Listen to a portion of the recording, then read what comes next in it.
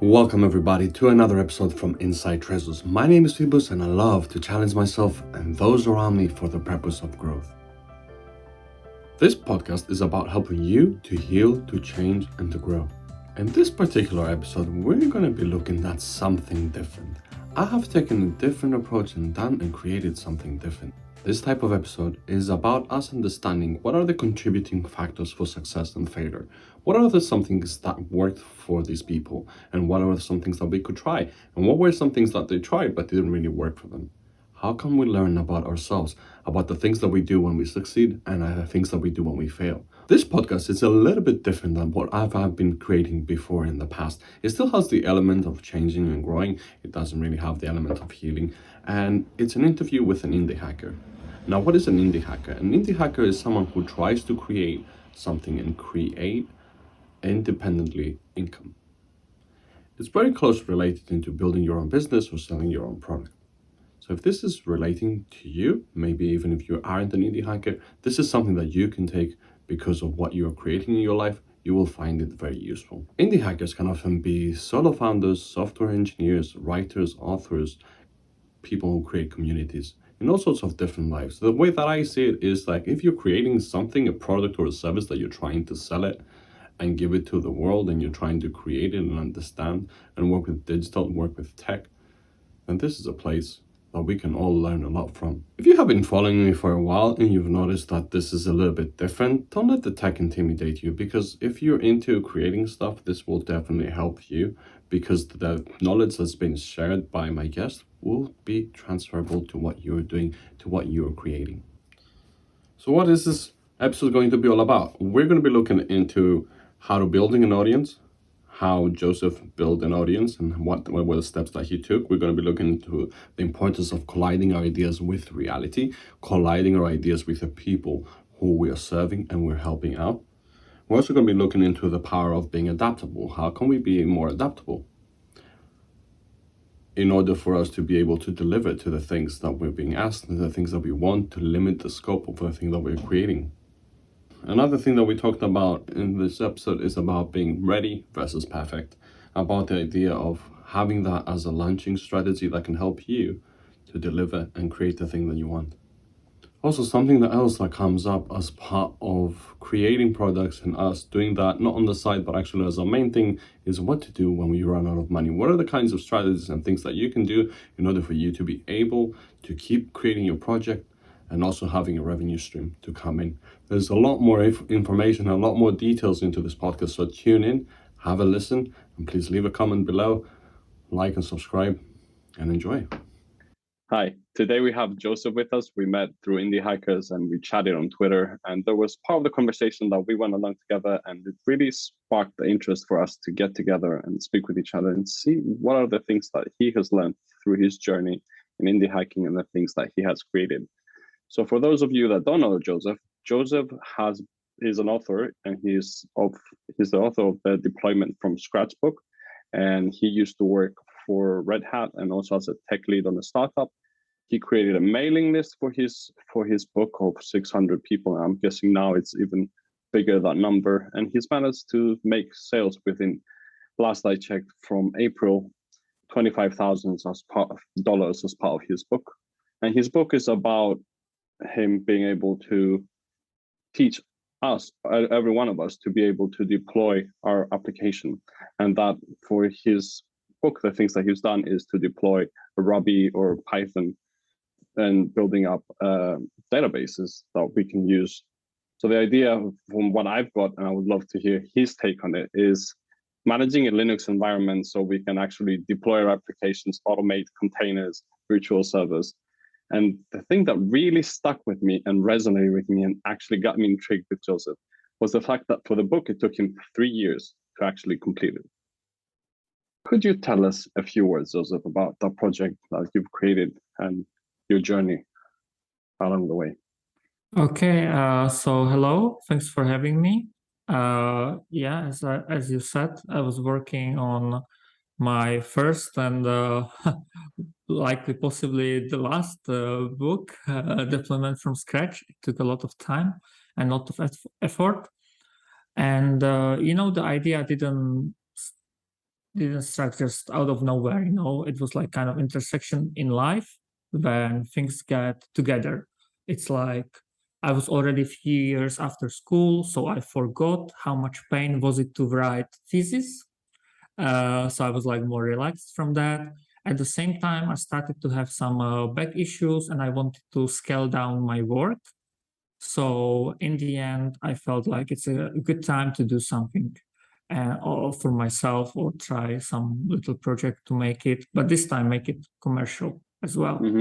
And I thought that maybe I want to do software as a business, like a SaaS application. But then I thought, I'm just starting. I don't even know anything about sales really, that I didn't read from the internet. So I felt I should start with something like one-time sale that would be easier for me to get through. I can like make it and kind of forget. And if it doesn't work, you just back at your job and so on. So in the end, I was also thinking like, what can I actually make? So one thing was the idea what you really want to do, which is, I believe, really important because you need the motivation and so on.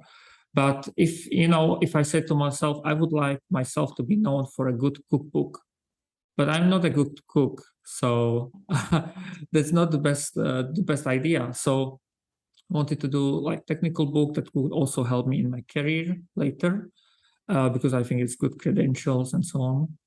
And speaking of credentials, my final topic, how I arrived at deployment actually, was that I was thinking what I could like be talking about, right? I was a Linux packager at Red Hat.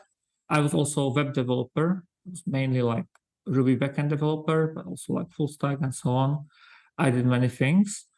And I felt that for me, if I want to sell myself, deployment could be one thing to pick. Also, why? Because you have to think one step ahead. So one thing is to write it, but I knew at the time I will have to sell it as well, and selling is hard. And I felt like I don't have any audience on Twitter or anywhere. I loved Twitter already before, but I was like consumer, so I was just like reading other people's feeds. And at the time, yeah, I had very little following. So I was like, people don't know me. Like, how would I sell it? I had a blog. I blogged sometimes. I was lucky it got published many times in like Ruby Weekly and so on. But still felt like, I need something to help me to sell it. So one thing was to pick a topic that I can have credentials for. And I told myself, like, if I'm Linux packager, probably people will believe me that I know how to deploy web application on Linux using Bash, because actually Linux packages are built using Bash as well. So that's how I basically arrived on the idea. What got me started. I quit my job as a CTO, as a very small startup, and I started writing. Yeah, I just started, and nobody imagined doing it over 3 years. I thought myself I would do it in half a year, and I'm done. Obviously, if I if I knew it would be so long, then I would probably reconsider. Yeah, that's a question I have for you, because the one distinction that I got through our conversation and this comment coming out is doing it for the long term versus a short win. And that is actually where a lot of times the difference exists, because a lot of us, we go into, trying to make something happen, we work for it for a little bit, and then you mentioned motivation, or our motivation kind of plummets, and then we're like, oh, okay, you know what, actually maybe it's such a great idea. But the way that I saw that you approached it, your strategy was already, it was part of it, I'm making this so I'll be able to sell it for sure. So it needs to be viable, it needs to pay back. But also what I'm seeing is like, it wasn't the only thing motivating you. And part of it was something you were doing, something, writing about something that you're passionate and knowledgeable about. How did you navigate when the times like your motivation kind of went and you're like, oh, I've been doing this, I don't know, for 6 months, 9 months, but I still haven't finished and I need to have another go at this? Yeah, I think again, life solved it for me, because after this half a year, I got a really good opportunity like for a contract job. And they were fine with me like starting part-time and be like flexible going forward. You know, I could do it remotely, also from anywhere. And actually the offer was that good that I feel like, you know, I should take it. I know I want to write a book, but I gave it like half a year. So let's do it like part-time-ish and continue. So I could have some finances again and some, you know, scale it down, which I think really helped me. That's also an interesting point that you're making here, because a lot of times we want to go ahead and do things. Some people, like you say, like they quit and then they go ahead full scale. Other people do it part-time, whatever their project is, and they can do it like really consistently or do it every now and then. And there's no right and wrong, because like you say, it fits with everyone's lifestyle. But what you're mentioning, which is interesting, is how much money you actually have during the process of creating the product and how that is impacting you and your life. And I find that interesting, because it's very easy at that point to say, actually, either this is not working or I should let it go. But again, it's just like finding a happy medium that worked for you. And yeah, sounds fascinating. Yeah, I think one important thing was like building that mailing list of 600 plus people, because that was validation for me. You know, like if I would not get any interest, I would probably try to really scale it back, and maybe I would finish it, but like in very short version and just like have it there.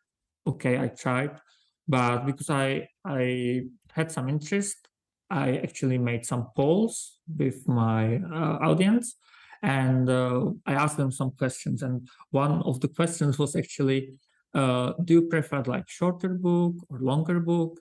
And they actually overwhelmingly wanted a bigger resource. So I increased the scope because people told me that they are interested, you know. But that's also one reason why my scope grew bigger. It's not just like me going on forever, but I got this feedback. So I was like, okay, I understand sometimes bigger books are harder to read, maybe harder to sell because people have to find the time and so on. But you know, I will not argue my poll of my subscribers, right? I did exactly what they were telling me, so I improve it. First idea was not to have containers even, you know, but then I was like, okay, I will do either containers or infrastructure as code, you know. And I felt that in the end, it felt better with the containers, because I also targeted for people that want to do something of a smaller scale, and you don't really need infrastructure as code. Like you don't need to start with that. You can do few clicks. At which point did you make that decision, those polls? Because I'm getting the vibe basically that you I gave I gave my audience few ideas, and it was like few months in, I think, and they got almost the same number of interest percentage. So because of that, I was like, I have to decide it. And I decided with containers because containers are everywhere. And even, I don't know, you're a software developer at some company, maybe you need to at least like build container for a Kubernetes deploy, you know, even if you're not managing it and so on. So I felt like it's modern features of Linux that come together to make this container technology, and then like Docker builds on top of that. And so in the end, it made the cut. Yeah. What I like is, like you said, that one thing was you were building your idea, but you were also building your audience. And at the same time, you were interacting with your audience and colliding your ideas with the audience that you had.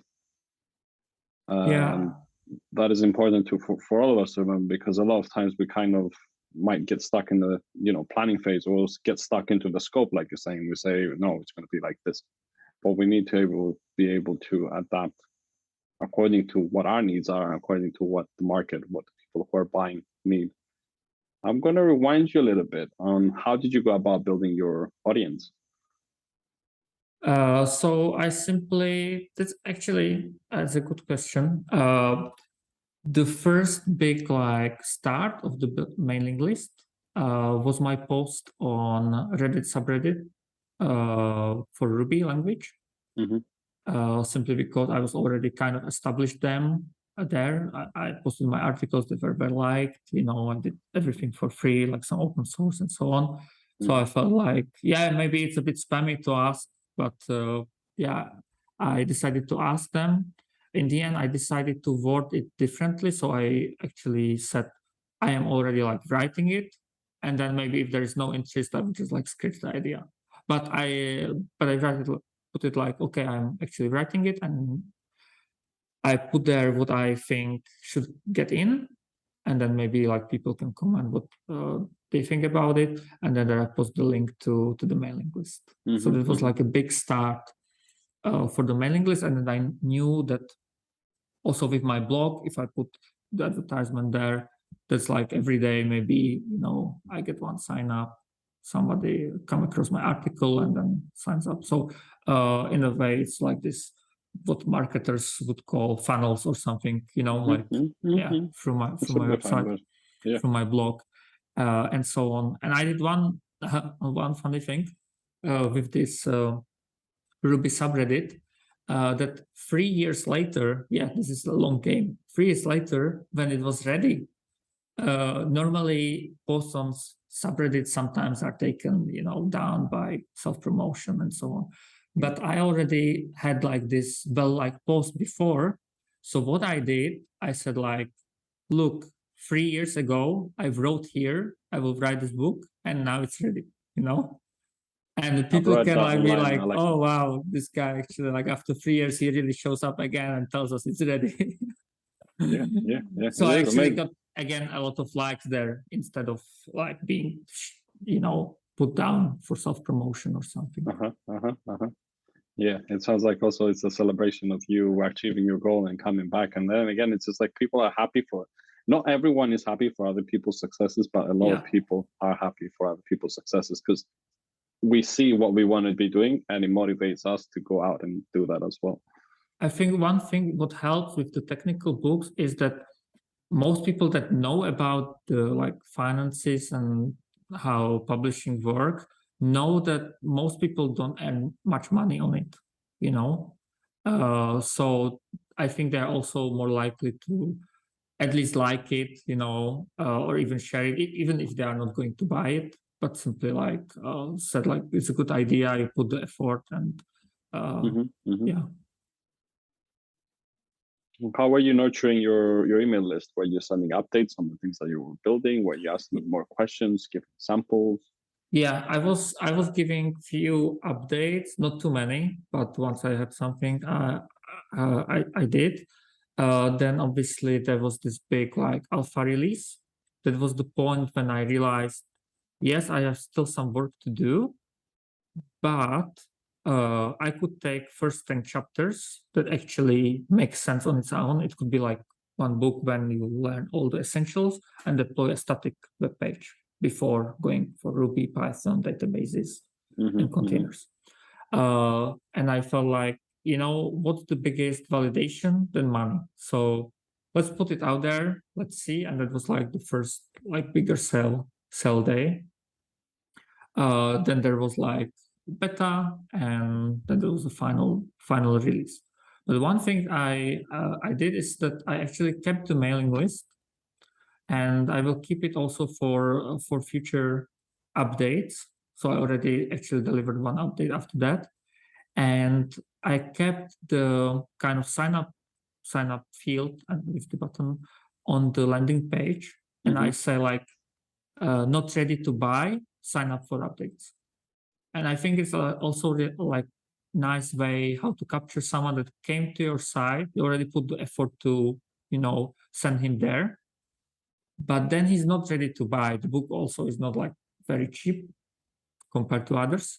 So you don't want to lose that person that came. Maybe he's interested, he doesn't know, he's not unsure. So let him sign up for these updates. And some people will. It's not like big number, but it doesn't matter. Why you shouldn't do it.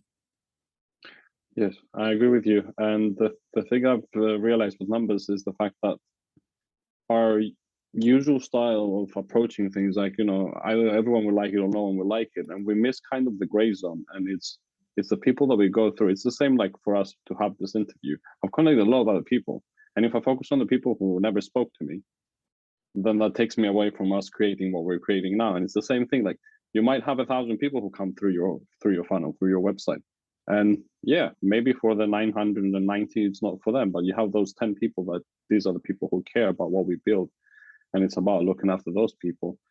The same way, like if we have an restaurant, you can come in, I might like the food, or I might not like the food. And then the menu has different things that different people like. So it's about us having that ability to offer and having other people decide what they want to do with what options they're given. But I like what you said, that you're giving people the option to actually, okay, I can subscribe. I don't have to buy, but I can subscribe and I can still be part of this, and I can get an email, a reminder, or maybe I get into this in a future time. Awesome. Yeah, I, in my mind, every cell counts, you know, Mhm. and it's also why I like Gumroad as a platform. I mean, I chose it because of the taxes. I don't want to deal with European value-added taxes. It's terrible. But they also have this kind of marketplace when you can discover people and products and so on. And sometimes they can promote you there automatically. So basically, they will also send few sales your way. And, you know, a couple of sales, and they can cover their fees, for example, almost. So another nice little thing. So it's having also different channels that we get traffic and promotion. That's really nice, because I wasn't aware of that about Gumroad having the ability to promote what you're building. Yeah, and one thing I also want to say is that with this book, I'm really doing things in the open. So when you started the podcast, right, you said like 25,000. Now I'm actually at 30,000. I had like this nice milestone. Well done. So I have 772 sales now. And one thing I do with the book, I try to publish like some updates also on Twitter, you know, and sometimes I'll also post it somewhere else or someone picks it up. Like for example, the post regarding my 1 year in sales, when I did like a breakdown of everything, was well liked. It was like voted very well on Hacker News. And it's again like kind of free traffic for you if you don't have your own audience. And so social proofing of how good it is. Yeah. I don't know if I would do it with every product, but I said like, you know, with this one, I will try it, I will see it through. And so I will likely continue to be very open about everything.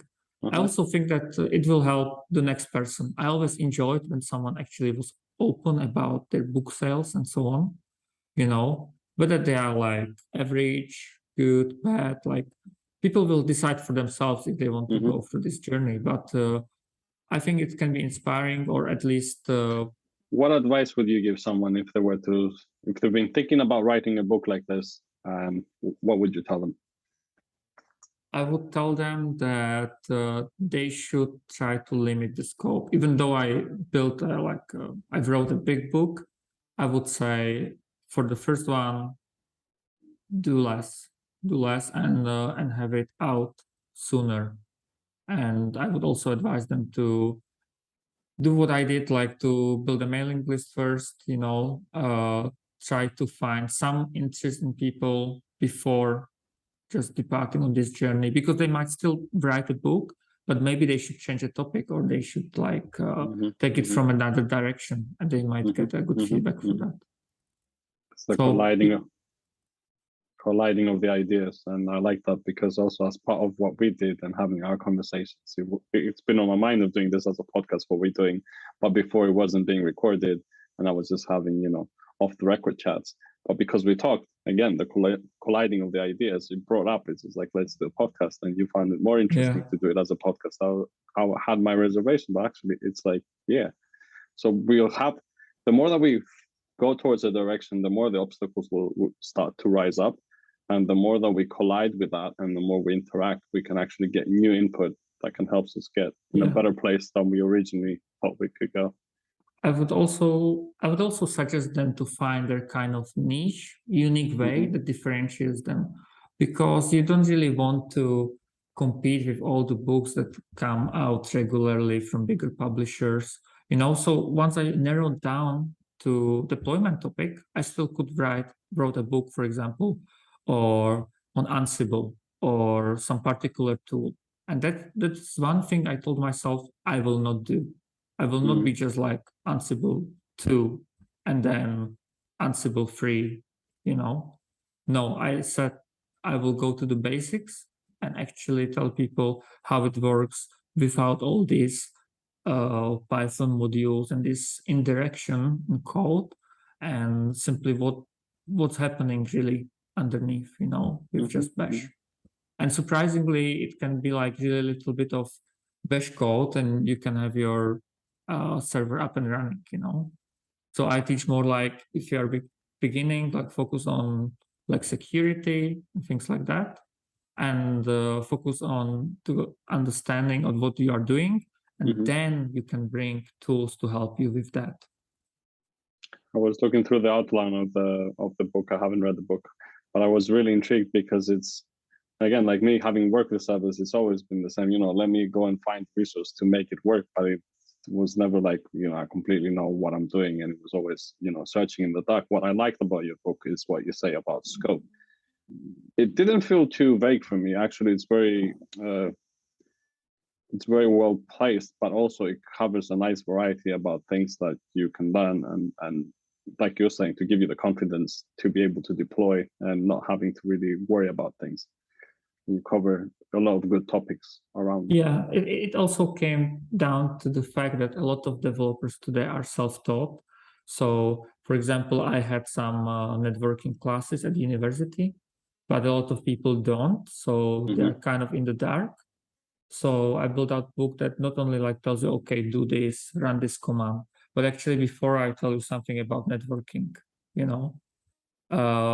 if you would do Red Hat certification, like Red Hat certified engineer that they are offering, the exam actually starts with your like server being broken, like in terms of networking.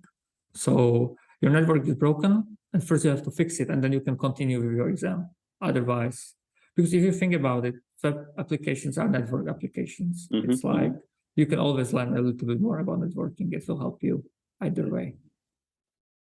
It's interesting that you say that the whole exam starts with a challenge. It starts with an obstacle, and that's a question I've had. What was the biggest obstacle you met along your way into like completing your book? What was the biggest thing that you were trying to battle and overcome? I think that's a hard question, but I would say in the end, you do new research, you learn a lot of things, and then you have to put it in writing. And for example, I'm not a native speaker, so I had to but I was lucky that I already put up some blog posts and so on. I also was lucky enough that some people volunteer to help me with that. It's another thing I would say it's also good to ask some people if they want to help you, because some actually will, and they help me a lot. So there's definitely an obstacle, but I would say maybe number one would have to be that time, because doing something for 3 years with breaks or part-time-ish at times, still it's big toll on your head and so on. And despite building mailing lists and so on, before that first dollar, that was a long journey. It was like 2.5 years, right? How was that for you specifically? Because like a lot of this discussion is about what you build and what we create, but it's also like, how do we relate to that? So how was it for you working, for months on end and not having that dollar come in? It was hard, but I made it at least like somehow interesting, because I was traveling. I changed a lot of countries actually. So for example, when I was doing the alpha release, I was in Albania, and I took long walks around the sea, and I love the sea and the air, and nice breaks there. So yeah, maybe I made it interesting. I did also other things. I let myself procrastinate if I didn't feel it, like That's also a part why it took so long, because in that first half year I think I could do more, but you think you will do, but then you're postponing to start. I really felt like some writer, because when you learn about some writers from the past, many of them had like weird habits. Like they would start writing very drunk at night, then write all night and stuff like that. So everybody is different, you know. Everybody will have a different way to accomplish it, but certainly to keep going, yeah, you should not force yourself, but at the same time, if 3 days passed and you did nothing, maybe try to do something, you know, write one paragraph or something. Sometimes I would write a draft, or I would just simply work on the chapter that I wanted at the time. I really didn't work from the beginning to the end at all. Maybe it would help me, but actually I was all over the place. It was a mess. It Messy. was. The creative process is often messy. And again, it's just, we see the end result. You know, I buy the book, I see it, and I'm like, oh, it's really nice. But I never see what happened behind the scenes. And that's why part of it I enjoy us diving deeper into like what happened behind the scenes for us to be able to hold this book, you know, even in a digital format, to have that. And like you say, it was procrastination, it was painful at times, it took a long time. But again, there's the end result of what you've created and also the reward that you get, which again is not guaranteed, but you cultivated, you built your mailing list, you also took a lot of steps. On procrastination, it's a common theme that I've noticed a lot of different people have mentioned that. And the question I want to ask you is like, what do you think has been hiding underneath that procrastination? What was the reason you were kind of putting things off? Was it, I don't feel like it? Was it, I'm too scared? Was it, I don't know what to do? I would say that one kind of scary thing for first-time author or indie hacker is definitely to put the final thing out there. So that would be one thing that you will send that email and nobody will buy it, and that can happen. And I think you can still fix it from there, you know. But definitely, it's one thing that you worry about. And for me personally, I would say the biggest obstacle was that I wanted a certain quality of that book, and I knew myself it's not ready. It's not ready. I have to rewrite this part. I have to do that. What also helped me is finding these people that helped me and gave me good feedback. You know, or they part of your community. These people. Yeah, they came from there. Yeah, and so they really like. I was surprised that they printed, for example, the whole book or chapter. You know, and then like try to make sense of it. Yeah, I think their feedback and also me wanting more out of myself. Because in the end, I was thinking maybe I do it just once and I want to make it good. And also because the possibility of earning zero was also high. So I was like, at least I want to have a good book that could be like a good reference or something. And I'm like at least proud of myself.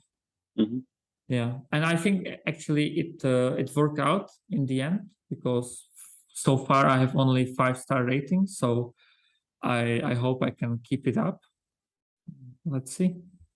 Well done. It's interesting that you say like procrastination is not always standing on its own. There are other things running in the background, and one of the things you mentioned is quality, and it's for us having that ability to see when is quality enough for us and when are we leaning too much over trying to get it perfect. And like you said, part of it is us knowing within, but being sensitive enough to understand for what reason do we keep pushing? Do we keep pushing to get it in the right quality? Or do we keep pushing in order because we're avoiding, you know, like you say, the launching date, or, you know, what if no one buys feelings? And it's interesting that you covered all of that and how we can unpack the single experience and see the different things that take place around psychologically for us. Yeah, what you mentioned with like this kind of over focus on quality, it could also go like to the point where you will really postpone it forever. And at some point you have to say, okay, this will do, you know, because obviously I also, although I really was focused on quality, I knew there will be some maybe typos, some mistakes or something. Absolutely. There were chapters that I like more than the others. But I said to myself, look, you have to do it, you know, it's time. It's time. There will come the time. So then just do it. Yeah. So you took the decision, you took the leap, you made the jump, and you made it happen in the end when you've done all the work. And that's important to remember, that we make the decision to push the button in the end and say, yeah, it's time we do that. That's awesome. I have a last question for you. Like, given what you've done up till now, for you, where do you see your book in the next few years going? And then also, like yourself, is this, I'm going to make another book, or is it I'm going to build a SaaS? What is it that you have in your mind? Good question. I actually did 2 New Year's resolution for myself for this year, and one was to cross 1,000 followers on Twitter, which I already did. So that's great. And the second one was actually to reach 1,000 sales, because that would be like nice round number that I could be really happy with. So, you know, now when I look at, I don't know, like past 2 months, it doesn't look like I will reach it, but that's the motivation for me to try some new things and actually try to reach it. So I'm looking into some partnerships, you know. I would like to maybe offer affiliates so people can help me to sell the book, because my audience is still limited. I mean, I am better than when I started, for sure, but it has a really hard limit. So that's one way. The other way is that I want to publish a little bit more content on the site itself, which I think will be also good for marketing. You know, I mean, the book is big. I can still like even make some parts of it available, and it might still be a good way to market it and move it forward. So hopefully it's not complete end for the book. I still plan some updates, and I still plan some, do some more marketing, hopefully some sales. I've heard this idea. Sorry to interrupt. I've heard this idea, and it stayed with me when I first heard it. It's like when you build something, you've taken all the effort to build it, and then marketing around it is actually what will drive the sales. But like we've done a lot of, like you said, it took you 3 years, and now it's just like you have something ready.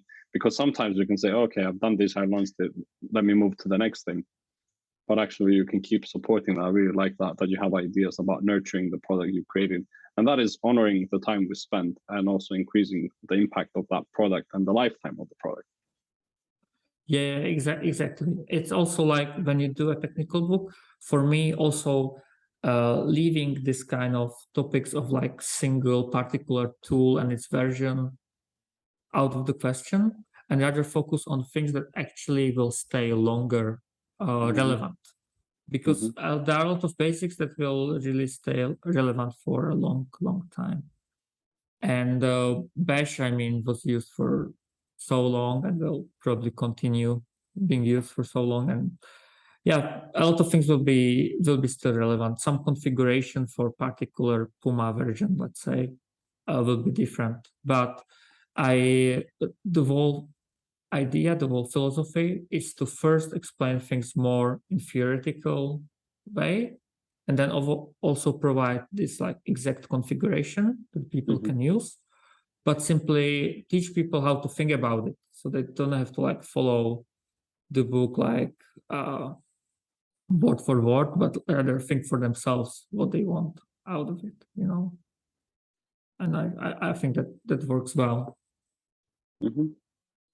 And for me, you asked for me, well, yeah, I mean, in the long term, I would really, I can really imagine like try to write that SaaS that was there at the beginning. So let's see if I come up with a good idea. Maybe again it will be some coincidence, you know. I stumble upon something. We'll play with something and see what comes out from it. Have you had any ideas up to now, or is it still open and like you say, whatever you stumble No, on? not really. Actually, I have one idea. Yeah, I have one idea, but I want an idea that I will believe I can also sell again. Mhm. So I have idea that for application to manage my own invoices and stuff, but I use already an application that is pretty good, you know. I would like fix some things there, and I would actually extend and connect with some other tools I use. But at the end, maybe it doesn't make sense, you know, because it's overpopulated market, and the application otherwise, for example, the one I use is really good. Like I would be adding very little for people. So I want to bring something that, yes, I will use myself as well. I see myself building something for myself in a way. I don't want to build for audience that I don't know nothing about. Like never say never, but yeah, I think I cannot imagine myself doing that. But still, I want to really also think, okay, can I market it well? You know, is this pain enough? And so on. That's a dichotomy, especially when we're in the tech world, is the different skills that we need when we're selling, and we see that a lot in the indie hackers as well. You see the tech people, you see the marketing people, and then like if you're doing something yourself, we need to learn to kind of do both. And it's most like the thing that we know that we're selling, we know, but then it's the other stuff that we need to kind of learn. It's a constant learning and expanding. So it's always an interesting dynamic. And I enjoy seeing people talk about this because it gets challenging at times, and it's like, okay, so I can build this, but how do I sell it? And there's a lot of different elements. Perfect. What I wanted to ask you is, could you tell us a bit about your book, where people can find it, where they can find you, like on Twitter, on your website? You mentioned different things. Yeah, sure. So the book is at deploymentfromscratch.com, and my Twitter handle is Strzibny J. It's very hard to Put that type on the it. show notes as well. Yeah, so let's put it down. And yeah, if they want to follow me, I would be very happy about it. I tweet about Linux things, Ruby things, and updates from the book. So yeah, if they need some inspiration, I would be happy to have them. Sounds really good. If you could tell the audience one thing for them to go along their indie hacking journey, what would that be? I guess to really start, because when it comes to, for example, Twitter, as I said, I was consumer, and actually number one thing to grow on Twitter, I know there are long articles about how to grow, how you need expensive tools and blah blah.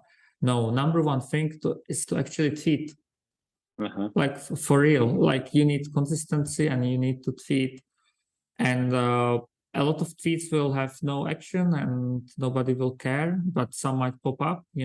That's how it works. So simply start doing those things and you will get better at them as well. That's the number one. Really good, Joseph.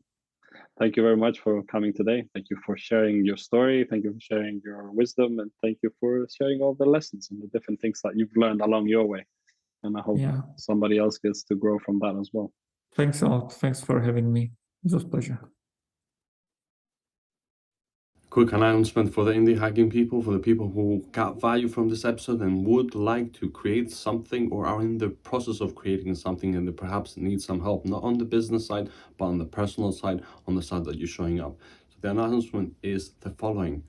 I have been creating a 6-week group coaching session that's going to start on the September 29th. It's not about the business side, it's about the personal side, how, again, we feed into the business, how we get in the way of us succeeding, and what are the kinds of things that we can use in order for us to be in our prime game, to be top performance and create the things that we want. If you're interested, look at the links below and there is the references. You can go there and check in for more details. And yeah, if you're interested, just sign up and I will keep you posted on how that's going and what we've been creating. So go on the link in the description, click on that link, you'll read the whole page, And then when you're done, at the bottom of the page, there's a place for you to subscribe in order for me to keep giving you more information about how I'm creating this and what are the things that you're expecting to get. I'm here to help you heal, change, and grow. If there's something that resonated with you, something that made sense, something that made you think about it, and you would like to reach out, you can find me on Instagram at insidetreasures.com, or you can send me an email at podcast@insidetreasures.com. If you found any of these messages useful and insightful, and you would like to share them, or you would like to talk about them with other people, please share this podcast, share this episode with them, for them to be able to get the value that you got, because you never know how that is going to influence their life. Thank you for tuning in to another episode from Inside Treasures. My name is Phoebus, and until next time, my friends, let peace guide your life, let love guide your heart, and reason guide your thoughts.